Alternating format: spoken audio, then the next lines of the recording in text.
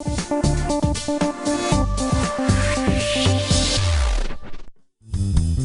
views and opinions expressed in this program are those of the participants and do not necessarily reflect the views of BronxNet or the program underwriters. Hi, and welcome to Open BxRx Tuesday on BronxNet, a weekly program providing you the latest information, resources, services, and community efforts taking place locally here in the Bronx and virtually. I'm your host, Kibin, Alleyne. Coming up, survivors are now speaking out about their experience following the devastating fire at Twin Parks Northwest in the Bronx. A survivor joins me to detail what life has been like over the past 2 months. Have elected officials kept their promises? Then, new legislation aimed to improve CUNY schools for all could be coming soon. Assemblymember Karines Reyes joins me for a discussion on the New Deal for CUNY movement. Will the movement have enough power to change the outcome for higher education in the Bronx? After that, often ignored when it comes to major life-changing policies set for small business owners, street vendors are fighting for their rights. Organization Street Vendor Project joins me to discuss the efforts being made to protect this population. Are there barriers making it difficult for vendors to get their licenses and permits? And finally, after 2 years of virtual gatherings, Jehovah Witnesses will return to in-person meetings. Robert J. Hendriks, National Spokesman for Jehovah Witnesses, joins me to discuss what this will look like for their members. What will happen to the organization's public ministry? So stay tuned. Open BxRx Tuesday starts now.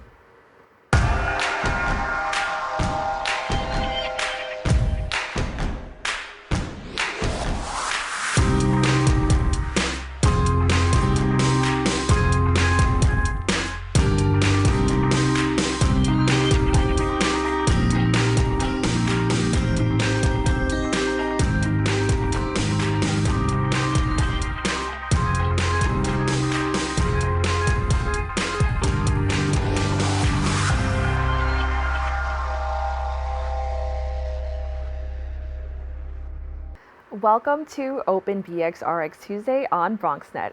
I'm your host, Kibin, Alleyne, and I'd like to invite you to get social with us at BronxNet TV on Instagram and Twitter, and BronxNet Community Television on Facebook. On January 9th, a high-rise fire killed 17 people at the Twin Parks Northwest Tower in the Bronx. Survivors are now speaking out about their experience following the events of that morning. Despite several promises from leaders in our city, survivor Yadhira Rodriguez joins me to discuss what life has really been like for her and her family after the fire. Yadhira, thank you so much for joining me. Thank you. So in a previous interview, you mentioned you were the victim of the fire, and now you're still victims. It's been a few months since then. Can you let everybody know what life has been like since the fire and how this has actually changed your life? All right, that statement was we were first victims of fire.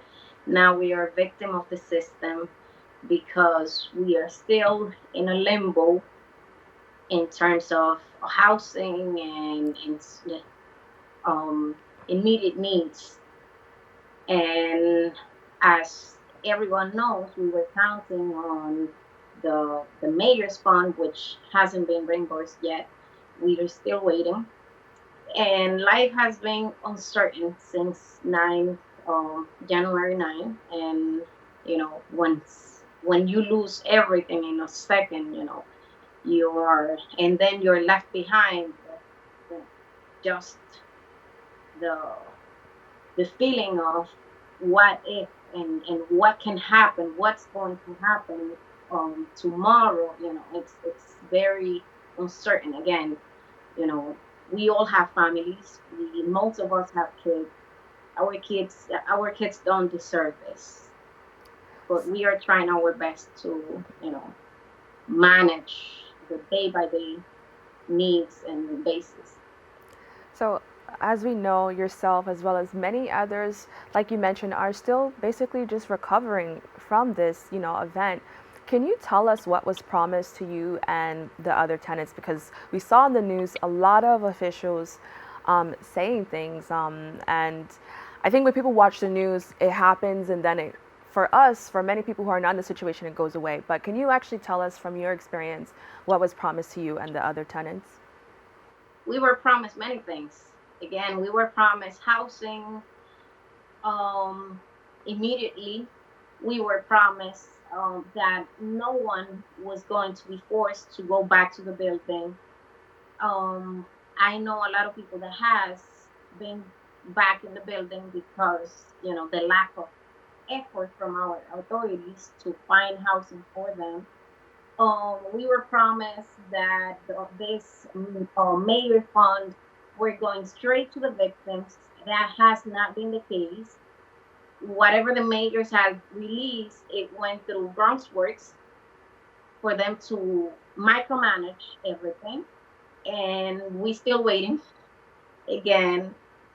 I know on Friday the mayors released a media and stated that these funds were going again to the victims through Bronx Works now, but we haven't received a call. We haven't received anything, and we are still in a limbo. Wow. So, can you just explain when you first knew something wasn't right? Because I know a lot of people are kind of upset with how the city is handling this. But from your perspective, when did you first realize, okay, things are taking a little bit longer than I expected, or something just isn't right? Okay, so the fire happened on it was Sunday the 9th until the 20th. I can't recall the exact date, but it was late January when they called us to release some of the funds. It was $2,000. I'm like, $2,000? That doesn't sound right because as per what we knew, the mayor's fund had millions of dollars. The first few days we had access to see how much, well, everyone had access to see how much it was. It was over 2.5 millions, and 2.5 divided into 120, just doing basic math, you know, simple. It wasn't $2,000. $2,000, 2,050, because they call it $50 for any ATM withdrawals. So it was 2,050 plus 200 and just for food and another card that didn't add up. It was around 200,000, nothing compared to 2.5 million. And that was only on January. Then now we just found out after the pressure that media has been putting into the Mayor's Fund that is over 4 millions. 4 millions, again, doing simple math, still not adding up. Wow. Well, thank you so much for sharing that. I didn't know that this was happening. As I mentioned, a lot of people saw the news and expected, like, oh, wow, okay, they raised all this money for people. But it's so interesting to hear the other side of that coin that, you guys aren't receiving what you expect. I did read that the mayor, like you mentioned, he did raise more funds. What would you like to see them do in regards to that situation, just to make it a little bit easier for yourself and many of the other survivors? I know that if this money goes straight to the families, again, divided 120, 150, how many families were in the building? How many families were affected by this? Divide that money, and I know that it will make it a lot easier for us to find housing for our kids, our families that are still in hotels, shelters, and staying with family members. It's a lot to carry. And again, we have little kids. I have a newborn, and I know this is not what my son deserves. So yeah, I'm so happy that you actually brought that up because I wanted to know, have you actually been able to receive? I know it hasn't been the best help, but you're also a new mom, and I know that it's not easy just in general, but in this specific situation, I can only imagine it's a little bit harder. Can you tell us, has the city been able to support you as a new mother as well, or do you feel that they're lacking in that area? While they lacking in all the areas. The support I have been receiving is from nonprofit organizations like Bronx Mutual Aid and the Gambian Youth Organization. The city has done nothing, at least not in my case.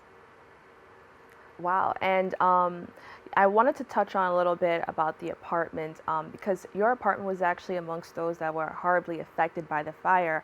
However, I was so shocked to hear in an interview you mentioned that you're still expected to pay rent, and I know this may be a shocker to so many people. Can you tell me more about that? This is something that no one can make up. We received the it was in February, we received the paper underneath the door. So if you haven't been in the building, you gotta go and pick it up.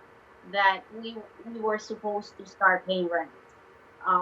But because of the request of non-profit organizations, they waived the month. Then another notice was received at the end of the month to start paying the rent in March. Then 2 weeks later, yes, it was 2 weeks later when they sent out another note that the month was going to be waived. But as of now, we all know that starting April 1st, we have to pay rent. Wow, that's really unfortunate. And, I think it makes me sad to hear that, this is another stressor that, many people like yourself have to think about. I understand that yourself, along with so many people, just haven't been happy with how the city's handling this. It's been so long now and it's still the same situation. Can you just explain what you would like to see from the city and what they can actually do to help you? Well, since day one, all I asked was for a list of landlords that can and will receive this voucher that they provided us with. It was simple. Private landlords that didn't have anything to do with this landlord that where we live. That's one. And another one, we were sent all to La Central, where it's in a drug infested area where nobody wants to raise a kid, nobody wants to bring their family there. Some people were forced by the situation to take an apartment there. I would like the city to at least step up with this and provide us with private housing. There's plenty of landlords that can take this program and help us rebuild our lives. And I know that, I guess, speaking from the media standpoint, many victims were disappointed with the mainstream media handling of this story, because, as I mentioned, you see it in the news and then it's gone, and it looks like they put a bow on it and everything's okay. But when you look deeper into it, it's not. What is something that you would like to say to everyone watching right now? Not everything is okay. Including family members believe that we are being taken care and that we're gonna have it so easy that everything is fine. They received all these funds, and New York is a rich state. Yes, New York is and handles a lot of funds, but it's not going straight to the victims, especially that mayor's fund that was raised for us supposedly. We still haven't received anything, and not everything is okay. A lot of people don't have food. A lot of people don't have access to even having their laundry done. It's a lot of things that are going on. These motels that we were placed at were infested with bedbugs. Bedbugs is a common thing in New York, and we all know that. But after going through this, why you have to put your kids Right. through deal with bedbugs and other things? Why can the city put people in decent shelters? Wow. This is something that we have access to. Jahira, thank you so much for joining me. And I'm really saddened to hear some of these things. And I want everybody to know, what many of you are all going through, because I think the more people know about it, the more we can actually help. But once again, thank you so much for joining me. And I hope we can stay in contact soon or, keep in touch. But yes, thank you so much for sharing your story. Thank We'll be right back with more Open BxRx Tuesday.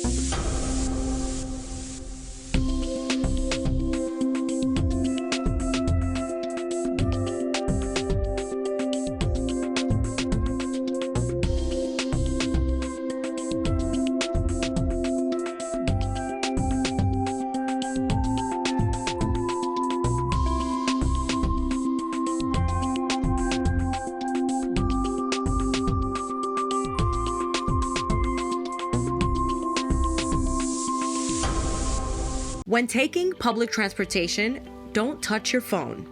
Carry hand sanitizer and use it immediately upon leaving the bus or train. Avoid touching your face. If someone is coughing or sneezing, move away. Wash your hands with soap and water as soon as possible. Limit contact with poles. If possible, avoid rush hour. Don't eat or drink on public transportation. Keep your bag off the floor or other surfaces. Avoid directly touching turnstiles. Stay up to date with the latest from your local health department and CDC.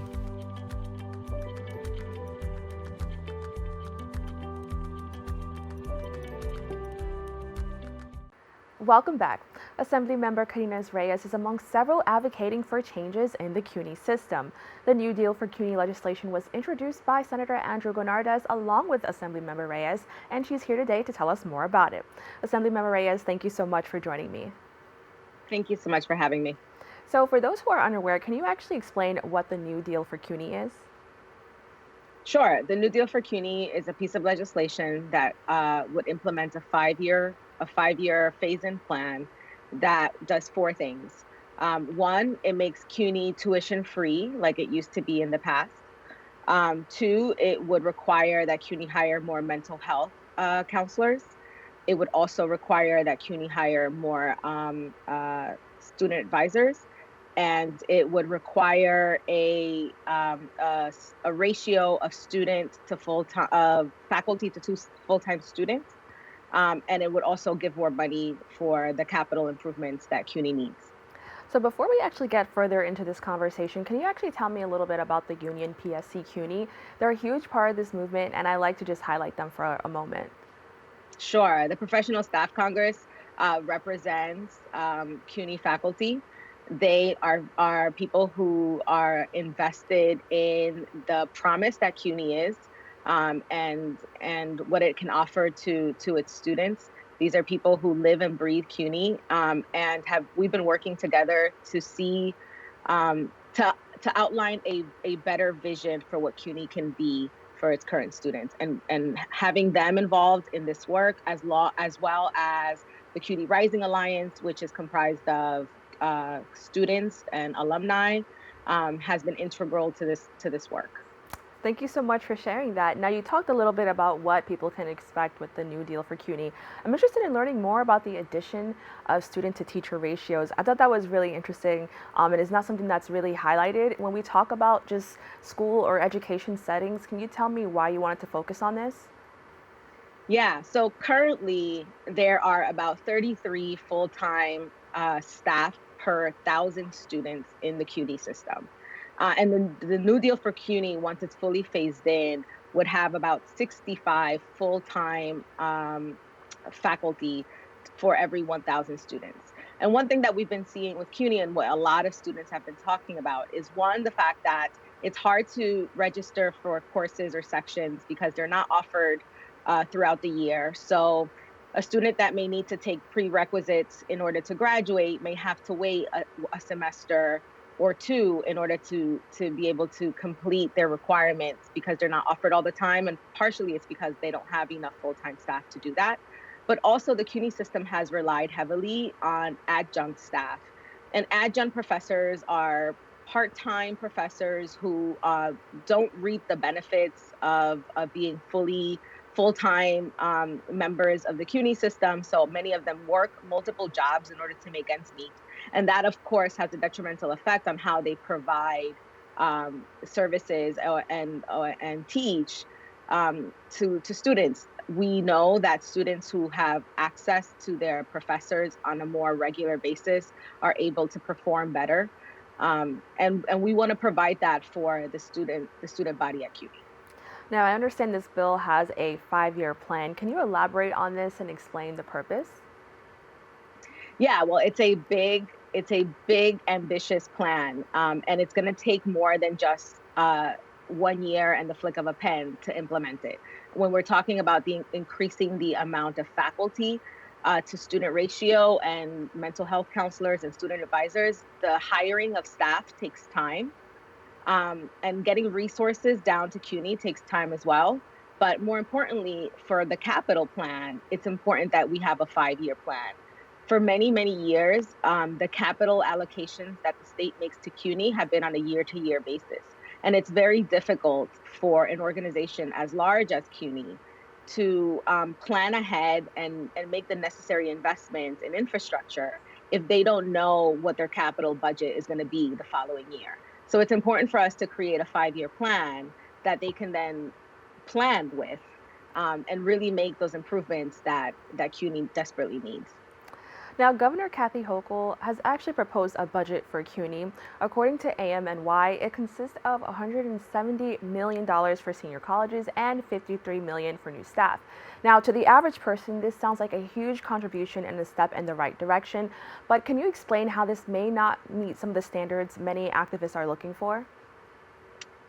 Yeah, so actually, CUNY has seen a disinvestment for decades. If we would have been investing in CUNY on pace with inflation, CUNY's budget would be $1 billion more than it is right now. And they've been surviving on austerity budgets for a very, very long time. What the governor proposed in her executive budget and the numbers you just cited are actually for 1 year. The executive budget had a $750 million investment over 5 years, which is the first time that we see a governor make a plan for CUNY that's longer, that expands longer than a year. And this is actually a really good first step in implementing the New Deal for CUNY. We're asking actually for about $537 million more on top of that, because in order for us to fully implement the New Deal for CUNY and to cover all those things that I mentioned, tuition, the hiring of much needed staff, and the capital improvements that are needed for CUNY that has seen crumbling infrastructure, we need about $1.8 billion. And so we're asking for a little bit more than what the governor has put in.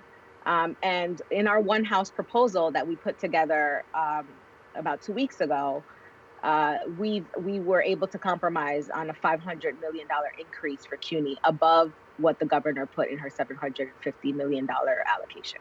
Oh, wow. Well, thank you so much for clarifying that. And it is so much that actually goes into this that I think like so many people don't even understand.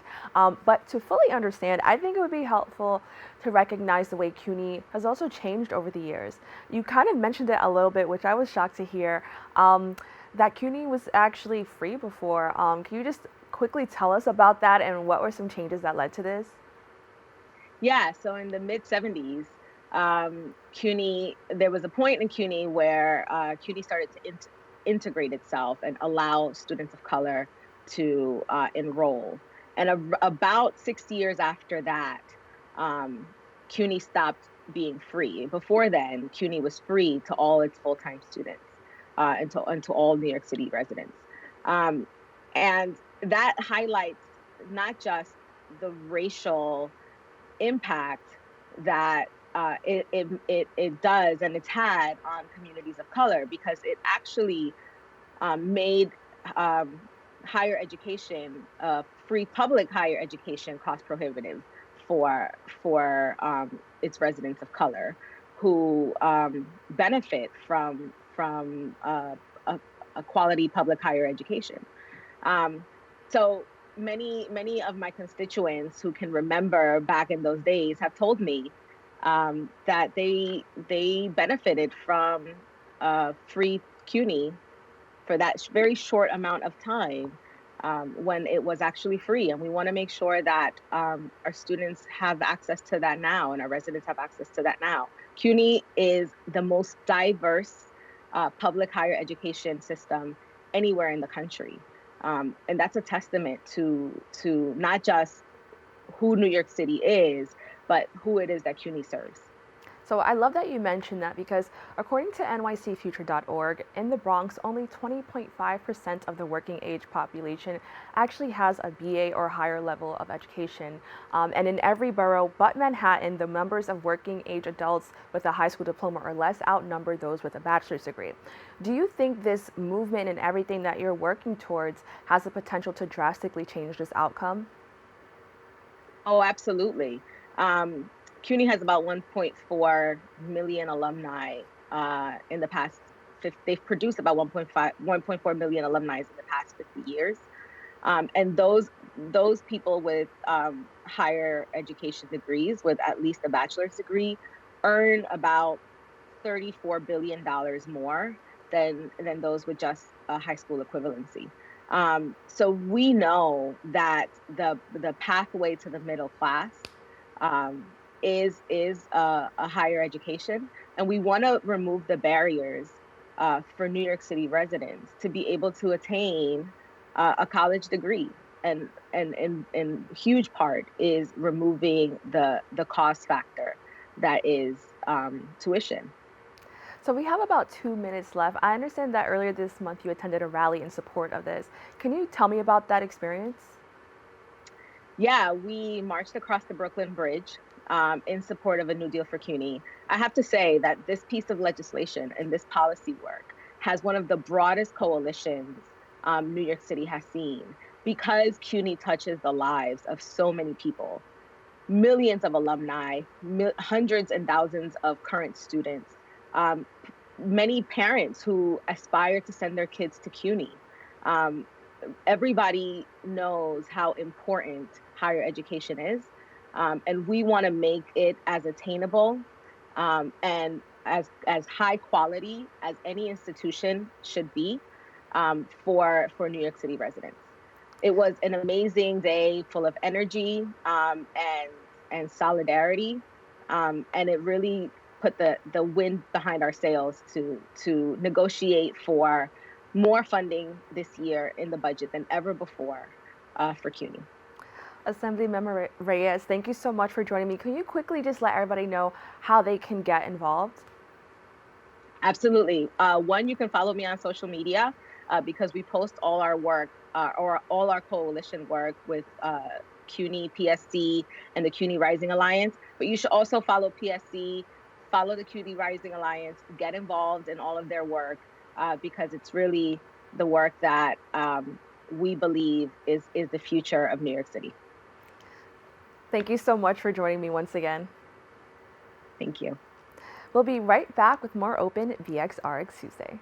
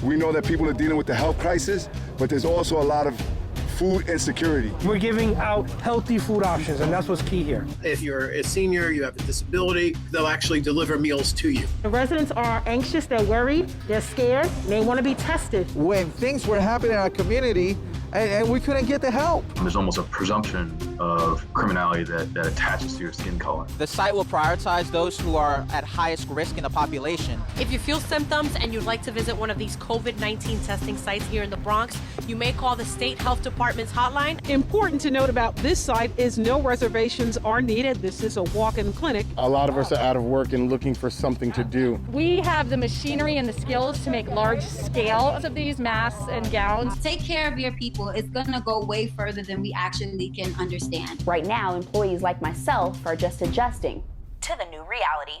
Reporting from BxRx. Welcome back. Street vendors are a crucial part of New York's shopping districts. However, they're often ignored when it comes to major life-changing policies set for small business owners. Joining me to discuss the fight to protect these vendors is Jennifer Salgado, lead organizer for the Street Vendor Project. Jennifer, thank you so much for joining me. Hi, Kibin. Thank you for having me. Now, can you tell me a little bit about your organization, the Street Vendor Project? Sure. So we're a member-based organization of over 2,500 vendors across New York City and work alongside them to advocate for vendor rights.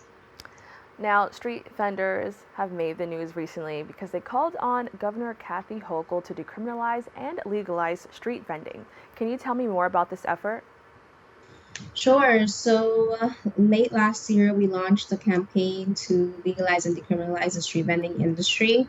At the moment, there is an existing cap for both food vendors and merchandise vendors. Last year, the Street Vendor Project secured a historic win by passing Intro 1116, which it raised the number of permits for food vendors. But unfortunately, that left merchandise vendors out of this legislation.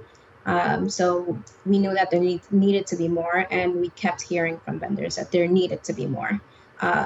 So we launched this campaign to remove the cap completely for general merchandise vendors and food vendors, and so that they can be legalized and introduced to the industry once and for all. Now, I really want to highlight the importance of these definitions and these terms. Why is it important that we understand the difference between decriminalizing and legalizing? What does it mean to actually have both? Right. So the legalizing component means that there would be an increase of permits and licenses for vendors. So that's the legalizing component. And then the decriminalization component comes into play because with this piece of legislation at the state level, we're asking for NYPD to be removed from street vending oversight. As you know, when NYPD gets involved, in any case, it can always lead to arrest or become violent. And we've seen that in past years. We've seen how NYPD has thrown out vendors' merchandise or food. And we know that this can be avoided if it's a civil agency doing the oversight. Okay, yeah, thank you so much for sharing that and kind of clarifying that. Now, following this, street vendors attended a 24-hour sleep out in front of Governor Kathy Hochul's office. Why did vendors actually choose this method of action? Vendors have been, in a way, persecuted for years, and this is during the pandemic. We saw this persecution even more because not only were they continued to receive high fines that can range of up to $1,000. We saw that agencies were still criminalizing them for not having proper licenses and permits. And so they're tired. Honestly, that's really what it comes to. It's that they're tired of waiting around for the government to do its job. And so they wanted to make sure that their message was loud and clear to leadership. Now, I understand street vendors also risk being excluded from the $1 billion set of relief set for small businesses. What does this relief consist of? Right now, from my understanding, it consists of providing relief for a lot of restaurants, micro businesses, but it excludes the street vendors, which are actually New York State's smallest businesses. And the reason for being excluded from this relief is simply for not having the proper license and permits to prove that they own a business. Now, this treatment isn't new for many vendors. You actually kind of touched on it a little bit earlier. A few months ago, we did see a video of NYC Sanitation Department destroying a vendor's produce stand. That surfaced all over the internet, and a lot of people had opinions on that. What would you say justice looks like for these vendors? I would say formalizing the industry. The reason why this vendor's merchandise was thrown out was because one, the vendor didn't have proper license or permits, and there just wasn't a system in place for her to adequately get these permits and licenses. And so it's actually policy that DCNY and other city agencies throw out any merchandise that's not like within the legal range if the business is not legal itself. So this is completely all part of policy, completely legal, but justice for these vendors would mean a license and a permit, the right to be able to have access to that. Now, this is actually getting a lot of support from elected officials. New York State Senator Jessica Ramos and Assembly Member Jessica Gonzalez Rojas proposed legislation in support of vendors. Can you actually tell me a little bit more about that? Sure. So the two pieces of legislation at the state level that we are currently working on are S 1175 in the Senate and A 5081 in the Assembly. And these two pieces of legislation are exactly the same, just in different chambers. One, it would remove the current cap on general merchandise vendors and food vendors. It would remove NYPD from the oversight of street vending once and for all and permanently. And three, it would expunge the records of any vendors with past misdemeanors. Now, I know you touched on it a little bit, but many supporters also want Hochul to allocate funding to NYC so they can lift the caps on vending licenses and permits. What are some barriers that are making it difficult for vendors to get these licenses and permits? There's just no legal way to obtain a permanent license. That's really what it comes down to. And right now, the city hasn't made a push to increase it since Intro 1116 was passed last year. And there's no clear solution yet proposed by the government to include general merchandise in this. And so we really think that with these two pieces of legislation at the state level, we would be able to fully legalize the street vending industry moving forward.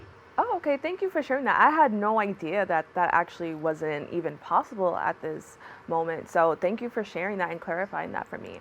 I want to say that so many New Yorkers actually rely on and probably don't even know, but they truly do support street vendors on their daily commutes to work while they're shopping in the city. I know here in the Bronx, we have so many. What can people watching do to support these vendors in their time of need? Of course. So right now we are still pushing leadership, namely Governor Kathy Hochul, the Assembly, Carl Heastie, and in the Senate, Andrew Stewart Cousins, to fund and pass S 1175 and A 5081. And the way that an everyday New Yorker can support this cause is by calling your state legislator. Tell them why it's important to legalize the street vending industry. If you have a favorite vendor, talk about them and why they're necessary to and integral in your community. I think a lot of the times legislators forget that these people are the same people who live in their districts, same people who provide the liveliness in the community as well. Now, speaking of support, I understand you also support this cause as a way to pay homage to your family. Can you just tell me about your family experience as street vendors? Sure. So my mom came here over 20 years ago, and one of the first things that she did as part of work was be a street vendor. She sold flowers on Fordham Road, right where their old Sears was. And so this is a really important cause to me because when I believe it was now 10 years ago on Valentine's Day, she was selling flowers on Grand Concourse in Fordham, and she was arrested. There was no need for her to get arrested. it was simply because she didn't have the proper license to vend in the street and permit. So she got arrested. And I know that this is something that we continue to see day by day. And I think that it's just it's time that the government do right by these people, because like I said, they're an integral part of the community. Had my mom not been arrested, she would have continued vending and hopefully use the funds that she raised from street vending to open up her own restaurant, because that's what she wants, and that's what a lot of street vendors want. They want to be able to have to be a street vendor, a proper street vendor with license and permit, to eventually like grow in as an entrepreneur. Thank you so much for actually sharing that story, because I think that we don't really, it's become so normal for like many people, for me especially, like to see people selling flowers, fruits. When it's summertime, we get ices, and you don't really think about like, oh my gosh, this person could be arrested just for, kind of like bringing some life into the community. So I appreciate you for sharing that. Quickly, we have about a minute left. Can you just share any resources Street Vendor Project has in an effort to help vendors who actually may need it? Sure. So we do have a series of services that we offer for members. We offer legal support. So, for example, if a vendor were to have a ticket or a fine, we do have a legal director who can assist with that. This is open to members. And we also provide small business consultations. So if a vendor, let's say, wants to grow their business, but they don't know how to, we do have people on staff who can provide that support, opening up their social media accounts, setting up PayPal, Zelle, all that good stuff. All right. Jennifer, thank you so much for joining me. If you take a look at their screen, you could actually see their social media, so you can actually stay up to date with them. Once again, thank you so much for joining me, and we'll be right back with more Open BxRx Tuesday.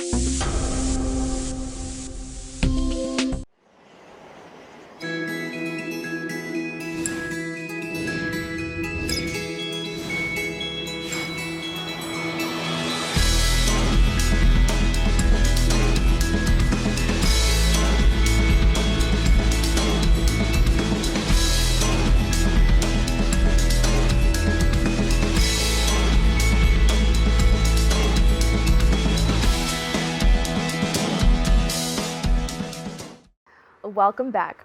After 2 years of virtual meetings, all congregations of Jehovah Witnesses across the world will return to in-person gatherings. Joining me to discuss what this return could look like for their members is National Spokesman for Jehovah Witnesses, Robert J. Hendriks. Robert, thank you so much for joining me.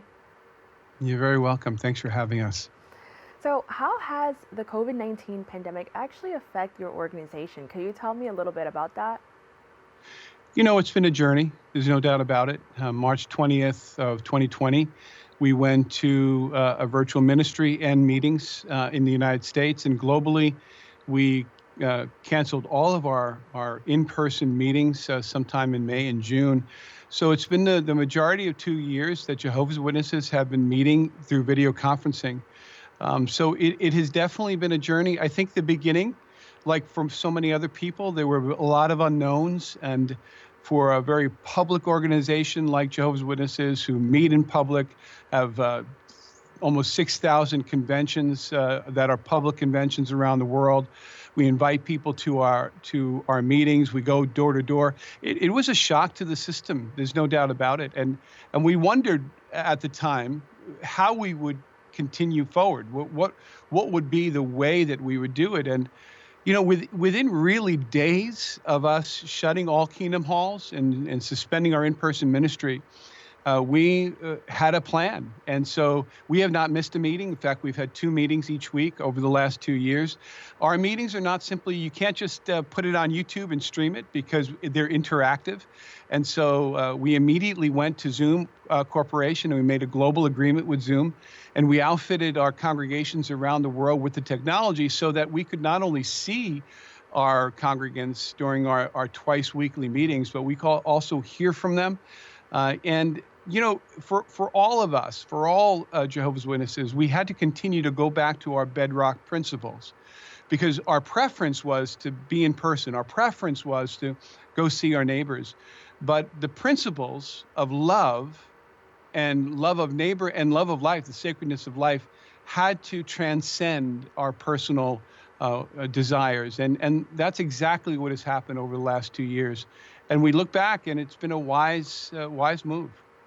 Now, to ensure a safe and effective transition, your organization held a pilot program in October and November. Can you actually tell me a little bit more about that? Certainly. We looked at our branch territory, which includes Puerto Rico, and we looked at what were some areas where there was a very low infection rate, almost no infection rate, and a very high vaccination rate. And we took a few congregations in Puerto Rico. We took a few congregations in Connecticut where we had the same situation. And we began holding an in-person meeting for a few weeks. Now, these meetings were different for Jehovah's Witnesses because they were hybrid. It's the first time that we were not only looking to have people inside a Kingdom Hall, and that would have been the first time back in almost 2 years, but also outfitting our Kingdom halls with the technology to be able to bring people in through technology, not only stream it out, but also discussion-based over the PA system so that everybody would hear the discussions coming remotely and also the in-person discussions. And that went very well. In fact, what we did was we learned a lot. We learned what works, what doesn't work, what policies we needed to put into place. We honed our ability to prepare our halls, our congregation meeting places, that we call them Kingdom halls, from not only a technological perspective, but also from a sanitary perspective. We made sure that touching things was minimal, and we put all our mics on booms. We outfitted our congregations at the time, our Kingdom halls, with hand sanitizers, with the proper protocols in order to start a meeting. And now we've also added to that proper signage as well. So I think we're ready. I think those in-person meetings, they not only happen in the United States, but they happen in other areas of the world as well. As an organization, we collected that information, and we've come up with what we think is a very workable plan to move forward, hopefully permanently. Certainly in the near term, that's what we'll be doing, hybrid meetings. So I know you have guidelines for holding hybrid meetings. Were those some of those that you just listed right now? Yeah, so we started off with the health protocols. That was the key. But also, as we developed the pilot, we continue to refine the guidelines on how to hold a meeting. You know, it's easy to think about, right? Technology is easy. We're talking right now with each other. Technologically, we're not in the same place, right? So we knew that that was possible, but our congregations just weren't outfitted for those things. And then what are the policies? Where do you initiate the meeting? Where do you have a remote speaker? Should that be allowed? Do you have a remote chairman, or should that person be at the Kingdom Hall? How does masking work? If you have voluntary masking and the majority, in the case of Puerto Rico and Connecticut, everybody was masked. They chose to wear a mask. How does that work with singing? And how does that work with answering? All of those things, participation, all of those things really were worked out. And being able to refine the guidelines over that pilot period and then actually release them to the world has been very beneficial in preparing our meetings, not just for the meeting, but prior to the meeting and then after the meeting, how to sanitize and how to get to the next meeting. Now, I have some pretty exciting news, or I think this is pretty exciting. Your organization is actually going to have 2 global events to kick off this return. Can you actually tell me about these events? Well, it's interesting, the timing. You know, this time of year for Jehovah's Witnesses, and really on the Christian calendar, this is the most important time of year because this is when Jesus gave his life on behalf of humanity, behalf of mankind. And so in April, we'll have 2 global events, just in time for us opening in person in most areas where governments will allow us to open and have a number of people in the Kingdom Hall. But we'll have 2 global events. The first is on April 10th, and it's a special lecture. This will happen in every congregation around the globe. And the question that we'll be answering in that lecture is, where can you find true hope, real hope? Where can you find real hope? And that special lecture goes through the times that we're living in, how many, especially over the last 2 years, have been left hopeless, but how there's reasons for hope. Why we're dealing with the problems that we're facing now, and what is the hope ahead, and why can we trust it? So that's on April 10th. That very same week, on April 15th, 1 out of every 134 people in this country will be attending our commemoration of Jesus' death. We call it the memorial, the Lord's evening meal. Some call it the Last Supper. It's that special event that Jesus instituted with his apostles on the final night of his life, where he said to them in Luke chapter 22, verse 19, "Keep doing this in remembrance of me." And so that's what we've done. We like many other faiths, we commemorate that day, except the difference for Jehovah's Witnesses is we actually commemorate on the very night that he gave his life. So Friday, the 15th, would have been the night that he gathered with his apostles. And then the following day, he would have given his life on our behalf. And so it follows that pattern. It doesn't always fall on a Friday. It just happens to this year. And it's really beautiful. It's very special to be in that place, commemorating that event, in the very same day Jesus did it, along with 240 other nations around the world, and some 22 million people globally will be gathering on that day. Thank you so much for sharing that. Now, can you tell me about your organization's public ministry? I understand they were a huge part of your organization, seeing over 1.5 million people a week pre-pandemic. How has that changed, and what are your plans for the future? Well, when we look at our public ministry, it's still going to remain a ministry of letter writing, virtual Bible studies, and phone calls. We feel like our meetings, you have a choice. You can come or not come. In fact, even our congregants will have a choice. They'll be able to come to the meeting, and if they feel comfortable, or they'll be able to stay wherever they are and tune into the meeting virtually. So that's a choice that people will make. But when we go back to our neighbors, we'll be knocking on doors. And so we're not going to give our neighbors a choice. And so we don't feel that it's time yet, but we feel strongly that in the future there will be time that we'll be resuming our public ministry in some fashion, maybe the cart witnessing first in our cities and subways and train stations and byways, but certainly knocking on doors sometime in the future. That is Acts 2020. That's the Christian way, and that's what we'll continue to do, no doubt, in the future at some point. Now, I know previously you mentioned that you wasted no time over these past 2 years, and that you all been very busy and productive helping each other and their neighbors. Could you quickly tell me more about those efforts? Well, this is some statistics that are pretty marvelous. One is that since March 2020 to November 2021, Jehovah's Witnesses just in the United States have spent some 400 million, in excess of 400 million hours, writing tens of millions of letters of comfort to their neighbors, making phone calls or conducting virtual Bible studies and return calls on people. That's extraordinary. We have released 77 new translations of the Bible in 77 new languages during that period of time. We held 2 global conventions for the world in 239 lands in 500 different languages. And we've had 1.5 million, in excess of 1.5 million on average, every meeting over that period of time. And there's only fewer than 1.3 million Jehovah's Witnesses in the United States. So we've been active, we've been productive. We've also added some 400,000 baptized Jehovah's Witnesses to our ranks over the course globally, over the course of the past 2 years.